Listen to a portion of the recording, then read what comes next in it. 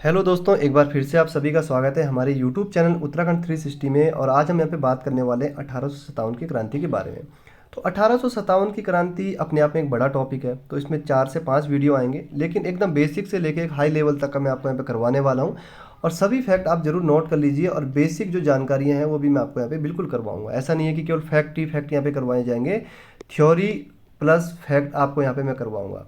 और मैं यही कहूँगा कि आप कोई भी एग्ज़ाम की तैयारी कर रहे हो, नए अभ्यर्थी हों या पुराने अभ्यर्थी हों, तो पहले थ्योरी पढ़ने का प्रयास कीजिए। कोई भी किताब हो, चाहे आप उत्तराखंड पढ़ रहे हैं, इतिहास पढ़ रहे हैं, भूगोल पढ़ रहे हैं, हिंदी पढ़ रहे हैं, तो थ्योरी को ज़रूर पढ़ें। और साथ में अपने साथ जो परिचित लोग हैं उनको भी बताएं कि पहले थ्योरी को पढ़ें। ऐसा नहीं है कि आपने एक ऑप्शनल बुक उठाई, उसको रट्टा मारना शुरू कर दिया, तो ऐसे में सिलेक्शन नहीं होगा। हाँ, आप एग्ज़ाम ऐसा लगता है दोस्तों, देखिए जब 100 नंबर का एग्ज़ाम होता है, 50-55 के पास आप पहुंच जाते हैं, मेरिट मान लीजिए 65 गई है, तो लगता है कहीं ना कहीं यहाँ 10 नंबर कम है। लेकिन इस 10 नंबर को खींचने के लिए जो मेहनत चाहिए ना, वो वही अभ्यर्थी जानता है जिसने नंबर खींचे हैं। हमें तो लगता है जब 50-55 के पास पहुंच गया, अरे यार 10 ही नंबर तो कम है, लेकिन वो 10 नंबर बहुत ज़्यादा होते हैं। 50-50-55 नंबर खींचना आसान है, ये लगभग लगभग 90% अभ्यर्थी खींच लेते हैं। लेकिन लास्ट के जो ये है ना, ये 55 से 65 या 55 से 70 का जो सफ़र है, ये बहुत मुश्किल है। इसके लिए आपको बहुत ज़्यादा मेहनत करने की ज़रूरत है। तो मैं चाहूँगा कि आप अच्छे से पढ़ें, कोई भी टॉपिक हो आप डिटेल में पढ़ें। अब हम देखेंगे 1857 की क्रांति का यहाँ पे सामान्य परिचय देखेंगे सबसे पहले। फिर हम देखेंगे क्रांति का स्वरूप कैसा था। स्वरूप का मतलब है कि इसका नेचर कैसा था, इसकी प्रकृति कैसी थी, यानी कि इसका नेचर कैसा था। नेचर कैसा था ये कौन बताएगा, ये इतिहासकारों द्वारा यहाँ पे बताया गया है। जैसे मान लीजिए किसी इतिहासकार ने कह दिया कि भैया इस आंदोलन का नेचर कैसा था, धार्मिक नेचर का आंदोलन था, धार्मिक प्रकृति का, ठीक है। तो और किसी ने कह दिया कि चलो ये सैनिक आंदोलन था, यानी कि सैनिक प्रकृति का, यानी कि सैनिकों का विद्रोह था, तो उसका नेचर बताने का प्रयास यहाँ पे किया गया। हम देखेंगे जब टॉपिक आएगा, क्रांति के कारणों को देखेंगे, क्रांति के क्या क्या कारण थे। यहाँ से बहुत प्रश्न बनते हैं दोस्तों। क्रांति के कारणों में भी आपको बहुत सारे फैक्ट करवाऊंगा, और डिटेल में भी आपको वहाँ पे बेसिक जानकारियाँ होती है वो भी हम करेंगे। विद्रोह का आरंभ और विस्तार देखेंगे हम। यहाँ पे भी प्रश्न बनता है कि निम्नलिखित में से 1857 की क्रांति का विस्तार कहाँ पर नहीं था। ऐसा भी प्रश्न बनते हैं कि कहाँ पर नहीं था, और ऐसे भी प्रश्न बनते हैं कि कहाँ पर था। ठीक है, तो कहाँ पे था, कहाँ पे नहीं था, ये हम तब देखेंगे जब विद्रोह का आरंभ और विस्तार वाला यहाँ पे टॉपिक आएगा। अंत में हम देखेंगे इसका परिणाम और इसका महत्व क्या रहा।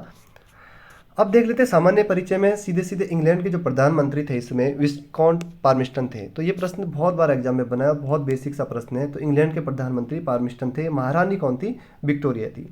भारत का गवर्नर जनरल, अगर हम बात करें भारत का अंतिम गवर्नर जनरल या पहला वाइसराय, इसको थोड़ा सा समझ लेते हैं।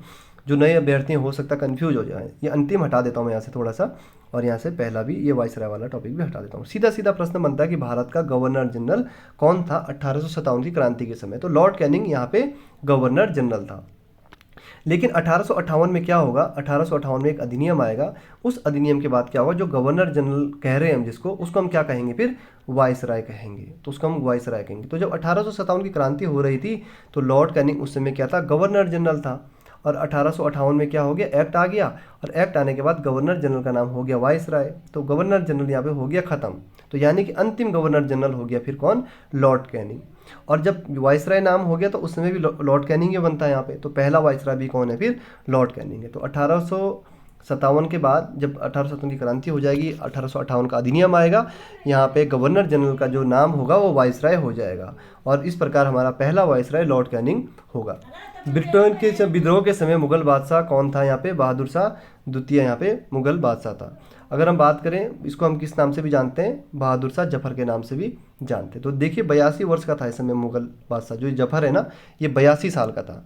तो विद्रोह के समय मुगल बादशाह कौन है, बहादुर शाह द्वितीय, दिल्ली में है। ये हम बाद में देखेंगे जब विस्तार पढ़ेंगे, बेसिक जानकारियाँ पता होनी चाहिए। 1857 की क्रांति ईस्ट इंडिया कंपनी के विरुद्ध हुई थी, ना कि ब्रिटिश सरकार के। ध्यान रखेंगे, ईस्ट इंडिया कंपनी की नीतियों से परेशान होकर भारत की जनता ने विद्रोह किया था, ना कि ब्रिटिश सरकार की नीतियों से। हालांकि देखिए अंतर है थोड़ा सा। देखिए ईस्ट इंडिया कंपनी यहाँ भारत में है, ब्रिटिश सरकार को ईस्ट इंडिया कंपनी क्या देती थी, टैक्स देती थी। तो ईस्ट इंडिया कंपनी ब्रिटिश सरकार को टैक्स देती थी। ब्रिटिश सरकार का डायरेक्ट नियंत्रण नहीं था भारत के ऊपर। अभी तक भारत के ऊपर ब्रिटिश सरकार का डायरेक्ट नियंत्रण नहीं था। 1600 में ईस्ट इंडिया कंपनी भारत आई, व्यापार व्यापार चिल्लाया, धीरे धीरे व्यापार व्यापार चिल्लाया, मतलब व्यापार व्यापार करेंगे हम, ऐसे चिल्लाते रहे।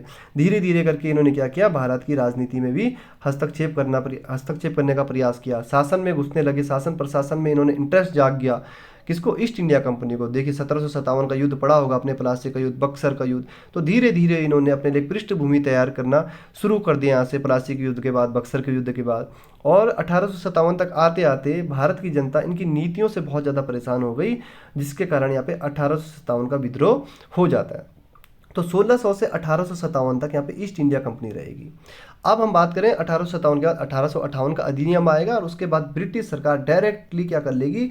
डायरेक्ट नियंत्रण होगा फिर अब भारत के ऊपर। तो यहाँ पे प्रश्न अगर पूछे आपसे, कोई बेसिक जानकारी है कि 1857 की क्रांति किसके विरुद्ध हुई थी, तो ऐसा नहीं कह सकते आपकी ब्रिटिश सरकार के विरुद्ध, ईस्ट इंडिया कंपनी के विरुद्ध हुई। ईस्ट इंडिया कंपनी की नीति चल रही थी। अब इसके बाद आएगी ब्रिटिश सरकार यहाँ पे, ठीक है, अब आएगी ब्रिटिश सरकार। तो 1857 की क्रांति के बाद 47 तक यहाँ पे ब्रिटिश सरकार रहेगी। लगभग 90 साल तक यहाँ पे हम अंग्रेजों के यहाँ पे ब्रिटिश सरकार के अधीन रहेंगे।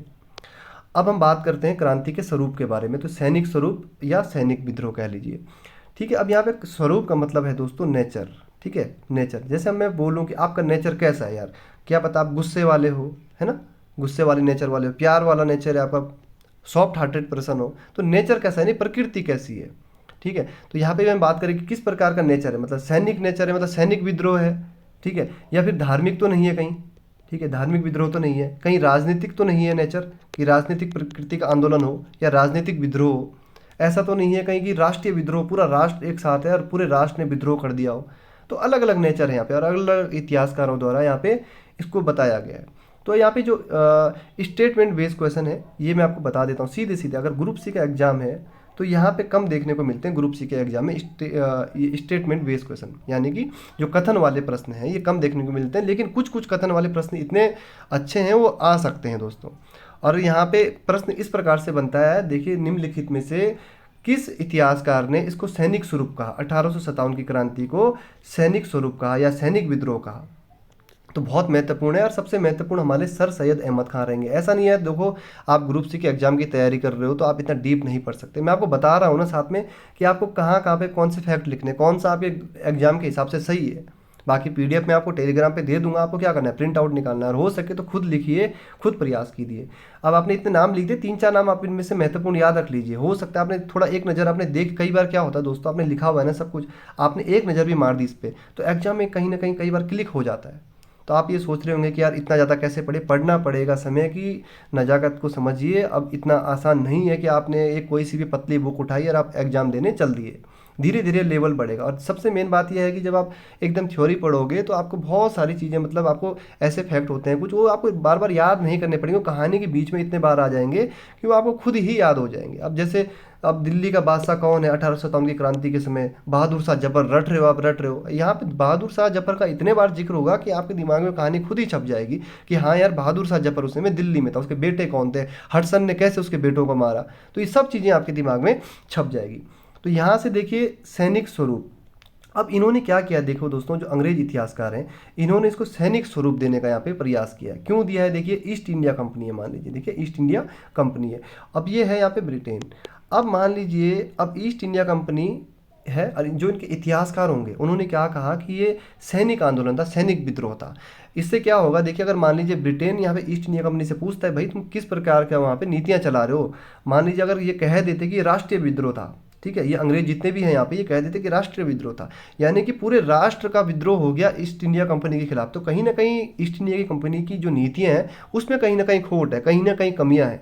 तो इन इतिहासकारों ने क्या किया, इसको एक सैनिक स्वरूप दे दिया, यानी कि सैनिक विद्रोह कह दिया। सैनिक विद्रोह कहने से क्या हुआ, ये कहने के लिए हो गया, देखिए ब्रिटेन के पास, ठीक है, यहाँ पे जो ब्रिटिश सरकार है वहाँ पे ये कहने के लिए हो गया कि देखिए ईस्ट इंडिया कंपनी की नीतियों से केवल सैनिक वर्ग परेशान है, और वो सैनिक जो इंडियन सैनिक है, जो इंडियन सैनिक है जो ईस्ट इंडिया कंपनी में काम करते हैं, जो ईस्ट इंडिया कंपनी में जॉब करते हैं, ईस्ट इंडिया कंपनी के लिए कार्य करते हैं, वो ईस्ट इंडिया कंपनी की नीतियों से परेशान है। बाकी भारत की जनता तो पूरी एकदम हैप्पी है, भारत की जनता तो खुश है, भारत की जनता तो खुश। अगर मान लीजिए राष्ट्रीय आंदोलन कह देते तो इसका मतलब क्या, पूरा राष्ट्र का आंदोलन हो गया, लेकिन यहाँ पे सैनिक आंदोलन कह दिया तो छोटा सा यहाँ पे समेट के रख दिया, यहाँ पे तो छोटा सा मतलब छोटा रूप दे दिया ना इसको फिर। तो क्या हो गया, ईस्ट इंडिया कंपनी के जो इतिहासकार थे उन्होंने क्या कहा कि ये सैनिक विद्रोह है।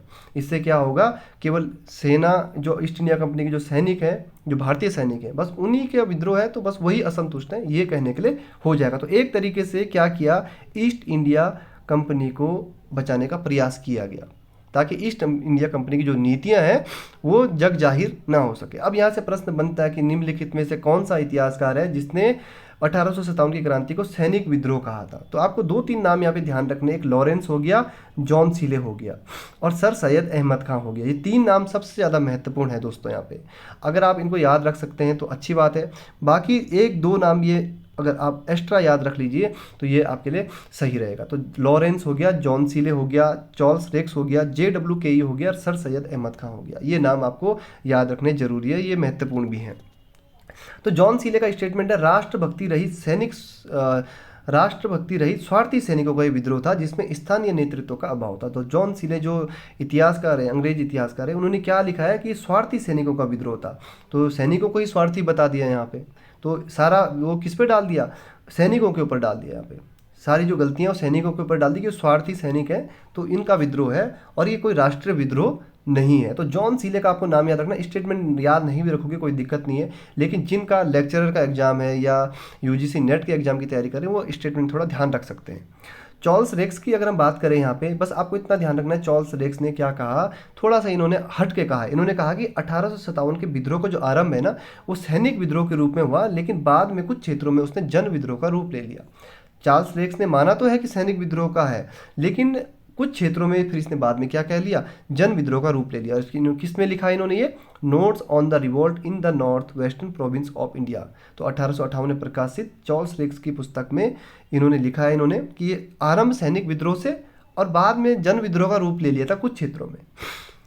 अब यहाँ पे बात कर लेते हैं सर सैयद अहमद खां की। देखिए ये इनकी पुस्तक है, बहुत महत्वपूर्ण रहेगा, असबाब ए बगावत ए हिंद, उर्दू भाषा में लिखी गई। यहाँ से देखिए ये प्रश्न किसी भी एग्जाम में बन सकता है कि असबाब ए बगावत ए हिंद जो उर्दू भाषा में लिखी गई है किसके द्वारा लिखी गई है, तो सर सैयद अहमद खां के द्वारा ये पुस्तक लिखी गई है।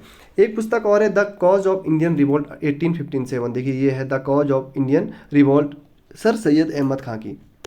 तो जब भी मैं ऐसे कोई बुक का नाम बताता हूँ इंग्लिश में तो सर्च कर लीजिए, आपको अमेजन या फ्लिपकार्ट में उसकी फ़ोटो दिख जाती है। तो इसमें क्या होता है कि थोड़ा सा दिमाग की पिक्चर क्लिक होती है, तो कोशिश कीजिएगा थोड़ा अपनी तरफ से भी आप क्या करें, अपने आप में सुधार कर लें। हर कोई जरूरी नहीं कि हर बार मतलब टीचर ही आप पे सुधार करे, कुछ चीज़ें अगर आप अपने अंदर खुद से ही सुधार लाओगे तो अच्छा रहेगा। तो देखिए प्रथम भारतीय जिन्होंने 1857 की क्रांति पर लिखा, ध्यान रखेंगे सर सैयद अहमद खां पहले भारतीय हैं जिन्होंने 1857 की क्रांति पर लिखा। दो पुस्तकों को ध्यान रखना है आपका, असबाब ए बगावत हिंद उर्दू भाषा। सर सैयद अहमद खां पर W कैरी की एक पुस्तक आई थी मोमडन रिबेलियन, तो उसका प्रभाव इन पे पड़ा। और इसके बाद हम जो अगला फैक्ट है वो है सर सैयद अहमद खां के विद्रोह के समय कहाँ थे, बिजनौर में सदर अमीन के पद पर थे। तो ये सर सैयद अहमद खां विद्रोह के समय कहाँ थे, बिजनौर में सदर अमीन के पद पर यहाँ पे कार्यरत थे। तो आपको ये दो तीन फैक्ट यहाँ से सर सैयद अहमद खां से ध्यान रखने हैं। P. रॉबर्टसन की अगर हम बात करें तो इन्होंने क्या कहा है कि सैनिक विद्रोह था जिसका तात्कालिक कारण चर्बी वाले कारतूस था। तो इसने थोड़ा सा अलग कह दिया, इसने भी सैनिक विद्रोह कहा लेकिन तात्कालिक कारण क्या कह दिया, चर्बी वाले कारतूस यहाँ पे कह दिया है। तो ये आपको स्टेटमेंट इतना याद रखने की जरूरत नहीं, जो मतलब हाई लेवल के एग्जाम है वहाँ पे ही ये प्रश्न बनते हैं। अब JWKE का हम थोड़ा सा देख लेते हैं, ये प्रश्न आया भी है एग्जाम में, एग्जाम का नाम मुझे याद नहीं आ रहा है। अपनी पुस्तक ए हिस्ट्री ऑफ द सिपाही वॉर इन इंडिया 1864 में लिखी, इन्होंने इसमें सैनिक विद्रोह का समर्थन किया। ठीक है, तो ये है यहाँ पे जॉन विलियम केई। तो जॉन विलियम केई ने अपनी पुस्तक ए हिस्ट्री ऑफ सिपाही वॉर इन इंडिया 1864 में लिखी और इन्होंने क्या किया, सैनिक विद्रोह का समर्थन किया। आपको इनका नाम याद रखना बस कि JWKE ने सैनिक विद्रोह कहा था, ये प्रश्न बन सकता है भाई, ये किसी भी एग्जाम में बन सकता है कि JWKE ने इसको कौन सा विद्रोह कहा था। तो ये प्रश्न बनते हैं, मैं आपको बताऊंगा कि इस प्रकार प्रश्न बने भी हैं। इस पुस्तक को मॉल्सन द्वारा बाद में संशोधित किया गया और इसमें भी सैनिक विद्रोह का समर्थन किया फिर मॉल्सन ने। तो बुक का नाम था history of the Indian mutiny 1857 और 1858। तो JWKE का नाम आपको किस संदर्भ में याद रखना है कि इन्होंने सैनिक विद्रोह कहा था। अब यहाँ पे हम देख लेते हैं धार्मिक स्वरूप। तो GV मालेसन, टेलर और जेम्स आउटरन। ठीक है, GV मालेसन की पुस्तक बहुत फेमस है दोस्तों, द इंडियन म्यूटिनी ऑफ 1857। ये ध्यान रखना, the Indian mutiny of 1857, GV मालेसन। इन्होंने कहा कि हिंदुओं और मुसलमानों का संयुक्त प्रयास या षड्यंत्र का परिणाम था। तो इन तीनों ने क्या कहा है, हिंदू और मुसलमानों का संयुक्त प्रयास या षड्यंत्र का परिणाम। अब देखिए 1857 के विद्रोह को षड्यंत्र की संज्ञा किसने दी थी, बिहार पीसीएस 1995 में आया वो प्रश्न है। जब 1995 में ये इतना प्रश्न आ गया, सोचिए उस समय कितना डिफिकल्टी लेवल देखिए आप, बहुत हार्ड है। 1995 के हिसाब से ये प्रश्न बहुत ज़्यादा टफ है।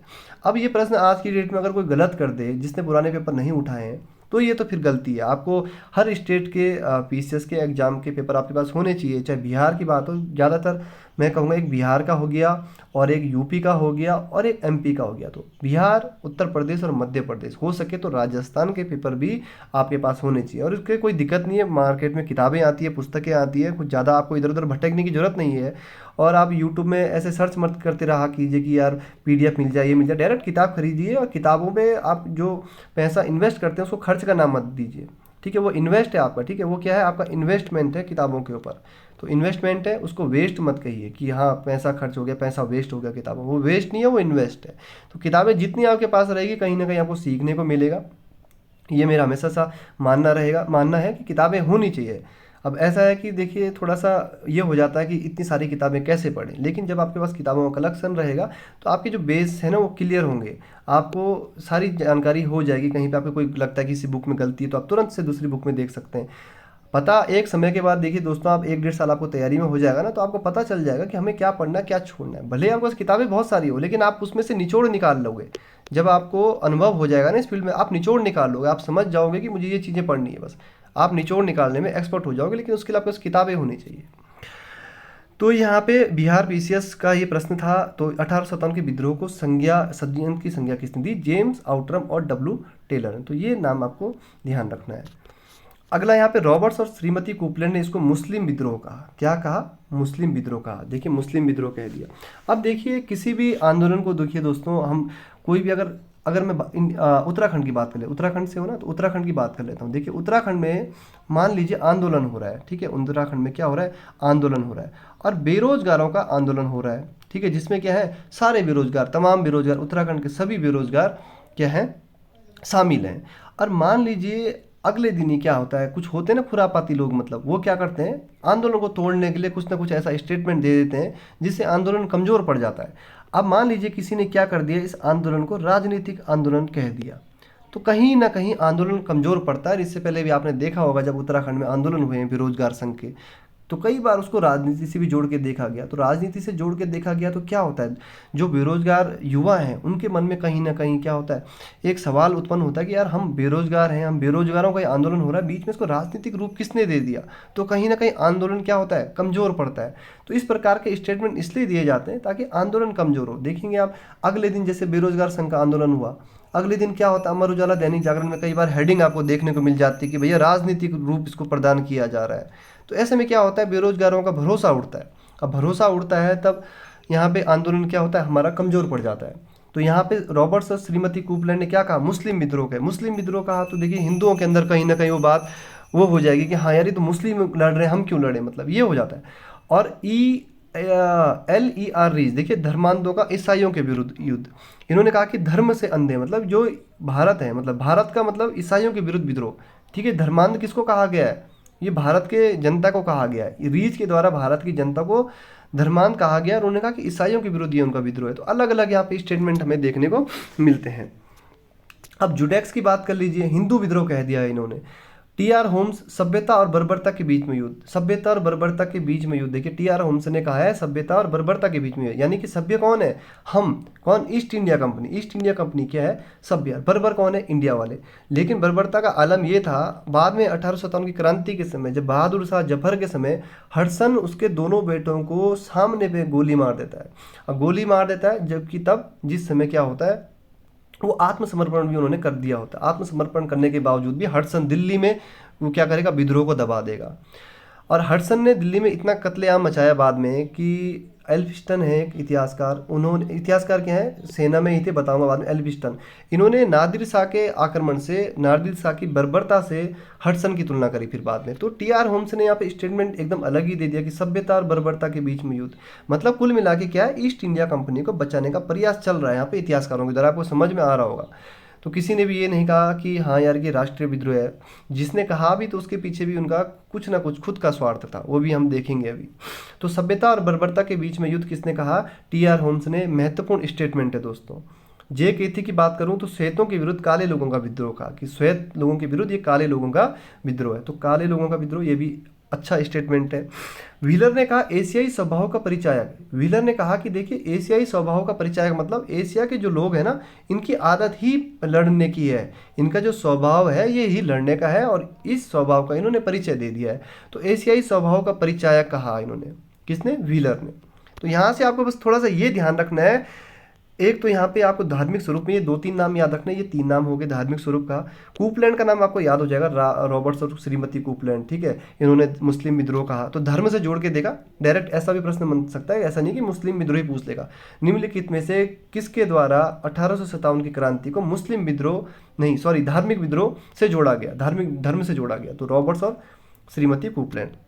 रीज ने धर्मांधों की ईसाइयों के विरुद्ध युद्ध कह दिया है। सबसे महत्वपूर्ण जो स्टेटमेंट है, सभ्यता और बर्बरता के बीच में युद्ध, टी.आर. होम्स का। राष्ट्रीय स्वरूप या राष्ट्रीय विद्रोह या जन विद्रोह, अब आता है हमारा सबसे मेन, यहाँ से हमारे पास सबसे ज़्यादा प्रश्न बनते हैं जो नॉर्मल से एग्जाम है, ठीक है। ग्रुप सी के एग्जाम हो गए, यहाँ पे ज़्यादा प्रश्न बनेंगे, आपको देखने को मिलेंगे। तो जॉन ब्रूस नॉर्टन, चार्ल्स बर्ले डफ केपी, इन्होंने क्या कहा? जन विद्रोह का, ठीक है। जन विद्रोह, राष्ट्रीय विद्रोह इन्होंने कह दिया। अब कुछ तो होंगे अंग्रेज भी अच्छे, ऐसा तो नहीं है कि हर इतिहासकारी मतलब एक ही दिशा में चले जा रहे हैं, ठीक है। बेंजामिन डिज़रेली है, ये विपक्ष का नेता था वहाँ, तो इसने हाउस ऑफ कॉमन्स में कहा कि ये एक राष्ट्रीय विद्रोह था, ना कि सिपाही विद्रोह। तो भैया विपक्ष का नेता था तो विपक्ष में तो बोलेगा ही। तो इसने क्या किया? इसने केवल इसलिए नहीं कहा कि राष्ट्रीय विद्रोह की भारत के पक्ष में, भारत की मतलब भारत से इसको कोई सहानुभूति थी, बस केवल ये विपक्ष का नेता था, तो नेता का आपको पता ही है। तो बेंजामिन डिज़रेली महत्वपूर्ण रहेगा, और इसने क्या कहा कि ये राष्ट्रीय विद्रोह था, ना कि कोई सिपाही विद्रोह। तो बेंजामिन डिज़रेली का नाम सबसे ज़्यादा महत्वपूर्ण रहेगा यहाँ पे। कार्ल मार्क्स ने इसको राष्ट्रीय क्रांति कह दिया है। कार्ल मार्क्स ने क्या कहा? राष्ट्रीय क्रांति का। अशोक मेहता की पुस्तक बहुत बार एग्जाम में पूछी जाती है, द ग्रेट रिविलियन पुस्तक में इन्होंने राष्ट्रीय विद्रोह कहा। तो अशोक मेहता का नाम बहुत महत्वपूर्ण है, द ग्रेट रिविलियन पुस्तक में इन्होंने राष्ट्रीय विद्रोह कहा है। तो अशोक मेहता को बिल्कुल ध्यान रखना है। इसके बाद आ जाते हैं सामंती विद्रोह या सामंती स्वरूप पे। तो यहाँ पे सामंती विद्रोह, भारत में रजवाड़ों द्वारा पुरातन व्यवस्था को पुनः स्थापित करने का अंतिम प्रयास 1857 की क्रांति था।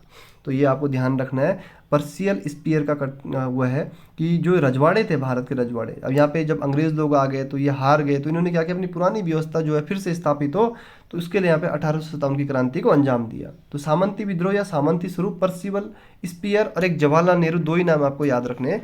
जवाहरलाल नेहरू ने भी कहा ये सामंती विद्रोह था।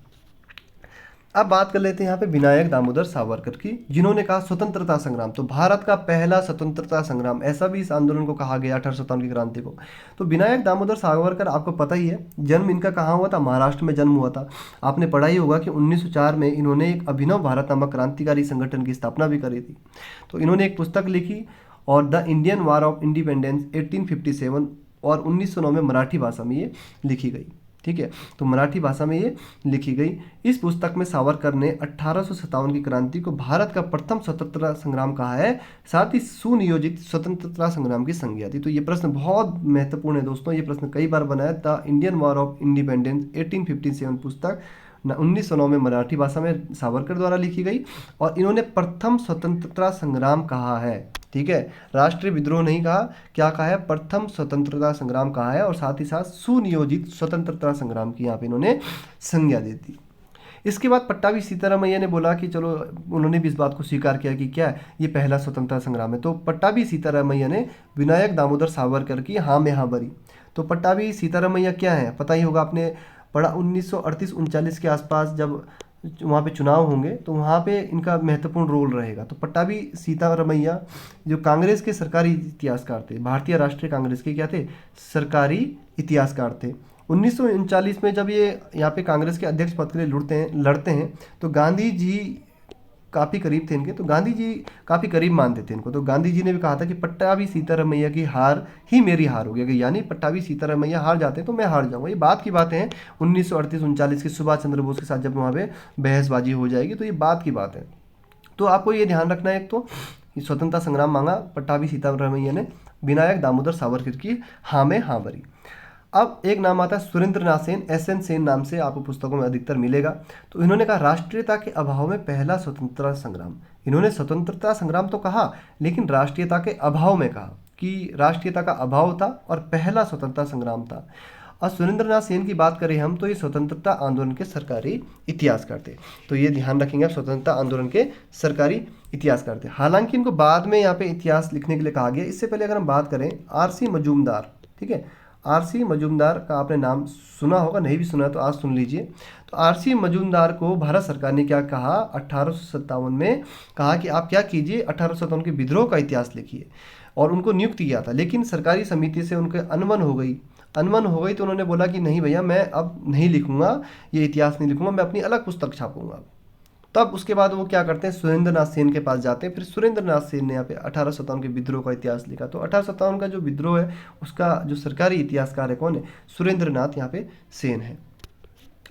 इन्होंने 1857 पुस्तक में लिखा है कि जो कुछ धर्म की लड़ाई के रूप में शुरू हुआ वो स्वतंत्रता संग्राम के रूप में समाप्त हुआ। यानी कि धर्म की लड़ाई के रूप में ये 1857 की क्रांति शुरू हुई और स्वतंत्रता संग्राम के रूप में ये समाप्त हो गई। तो पुस्तक का नाम है 1857, ठीक है, 1857। अब यहाँ पे देखेंगे RC मजूमदार ने सेन के विचारों से असहमति जताई और कहा कि ना तो यह प्रथम था, ना ही राष्ट्रीय था, और ना ही स्वतंत्रता संग्राम था। इनका स्टेटमेंट सबसे अलग है दोस्तों RC मजूमदार का। RC मजूमदार ने कहा है कि ना तो यह प्रथम था जो आंदोलन हो रहा है, ना ही ये राष्ट्रीय था, और ना ही ये स्वतंत्रता संग्राम था, क्योंकि इससे पहले कई बार आंदोलन हुए हैं। वो हम आगे देखेंगे, जब आंदोलन के कारण पढ़ेंगे ना वहाँ पे आपको डिटेल में बताऊंगा।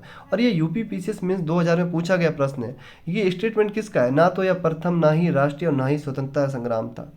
जिस स्वतंत्रता संग्राम को तुम प्रथम स्वतंत्रता संग्राम कह रहे हो, जिस स्वतंत्रता संग्राम को तुम राष्ट्रीय आंदोलन कह रहे हो, तो ये ना ही राष्ट्रीय था, ना स्वतंत्रता था, और ना ही ये प्रथम था, क्योंकि इससे पहले भी कई बार ऐसे आंदोलन होते रहे हैं छुटपुट। ऐसा मानना था RC मजूमदार का। तो ये स्टेटमेंट महत्वपूर्ण रहेगा। RC मजूमदार को भारत सरकार ने 1857 के विद्रोह का इतिहास लिखने के लिए नियुक्त किया था, परंतु सरकारी समिति से इनकी अनबन हो गई, और अनबन हो जाने के कारण इन्होंने कार्य करने से मना कर दिया और स्वतंत्र रूप से अपनी पुस्तकें लिखी। द सिपाही म्यूटिनी एंड द रिवोलियन ऑफ 1857, और एक दूसरी पुस्तक ब्रिटिश पैरामाउंट्री वाली हो गई। तो ये दो पुस्तकें लिखी इन्होंने। तो यहाँ का जो आज तक हमारा टॉपिक है ये यहीं पे मैं समाप्त करता हूँ दोस्तों। अब हमारा जो अगला टॉपिक रहेगा वो रहेगा हमारा क्रांति के कारण। तो क्रांति के कारणों को देखेंगे। सामान्य परिचय स्वरूप हो गया, क्रांति के कारण एक वीडियो में देख लेंगे, एक वीडियो में विस्तार देखेंगे, एक वीडियो में परिणाम महत्व देखेंगे। तो यहाँ पे जो ग्रुप सी के हिसाब से अगर मैं बात करूँ, देखिए ये सामान्य परिचय में सभी हो गया। स्टेटमेंट बेस्ड जो प्रश्न है वो छोड़ दीजिएगा, लेकिन इन इतिहासकारों का नाम बिल्कुल याद रखिएगा जो मैं आपको बता रहा हूँ। सर सैयद अहमद का सैनिक स्वरूप में, और यहाँ पे अगर इसमें धार्मिक स्वरूप में ये 3 नाम जरूर याद रखिएगा। और ये रॉबर्ट्स और कूपलैंड भी आप यहाँ पे याद रखिएगा, रॉबर्ट्स और कूपलैंड। इसके बाद आपको यहाँ पे ये TR होम्स का स्टेटमेंट भी याद रखिएगा, और ये नाम भी याद रखना कि किसने यहाँ पे धार्मिक धर्म से इसको जोड़ के देखा। बाकी राष्ट्रीय स्वरूप वाले सभी महत्वपूर्ण है। बेंजामिन डिजरेली महत्वपूर्ण है, कार्ल मार्क्स महत्वपूर्ण है, अशोक मेहता महत्वपूर्ण है। तो इतना आप ये सुनेंगे, बहुत ज़्यादा नहीं है। एक समय के बाद जब आपको अभ्यास हो जाएगा ना, जब आप थ्योरी पढ़ना शुरू कर देंगे, अभ्यास हो जाएगा, तो आपको बहुत आसान लगने लगेगा। फिर आपको लगेगा नहीं कि ये ज़्यादा है। जब एक बार आपके नोट्स प्रॉपर से बन जाएंगे, फिर क्या करना है, यही तो पढ़ना है। कौन सा इतिहास कोई नया निर्मित हो रहा है, बस थोड़ा सा करंट अफेयर्स का रहता है, वो चीज़ें आपको थोड़ा सा खुद से करनी है, या फिर कई चैनल हैं।